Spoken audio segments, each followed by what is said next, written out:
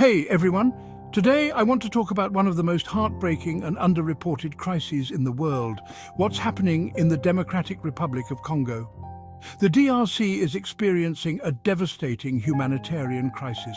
Millions of people have been displaced, and countless lives have been lost due to ongoing conflict. Armed groups like the Rwandan-backed M23 are terrorizing civilians.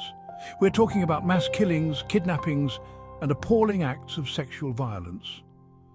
What's even more tragic is that this violence is happening in one of the richest countries in the world in terms of natural resources. Despite its vast mineral wealth, extreme poverty is the norm for most Congolese people.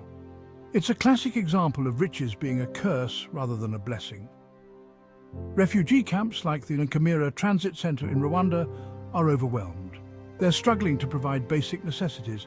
Imagine being a child separated from your family, seeking safety in a place that can barely support you. The international community needs to step up its aid and intervention efforts. The roots of this conflict go deep. They trace back to the Rwandan genocide and have been fueled by regional tensions and competition over resources. With over 100 armed groups operating in the area, peace seems like a distant dream. Yet it's a dream that needs to become a reality, and fast. The United Nations has had a peacekeeping force, MONUSCO, in the DRC for years, but it's faced heavy criticism for not doing enough to curb the violence. With plans for MONUSCO's withdrawal by the end of 2024, there's a real fear that things could get even worse. President Felix Tshisekedi was democratically elected, but he's been battling deep-rooted problems like corruption and the illegal exploitation of resources. The mining industry, while potentially lucrative, is plagued with exploitation, child labor, and unsafe working conditions. Addressing these issues is crucial for any hope of long-term peace and development. There's a growing call for the Congolese people to take control of their resources and their future. Organizations like Tricontinental Institute for Social Research are pushing for self-determination and economic justice.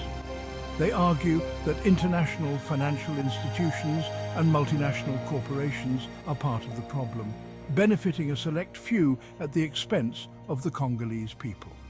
For true peace and prosperity, we need to address these systemic issues head-on and empower the Congolese people to rebuild their nation.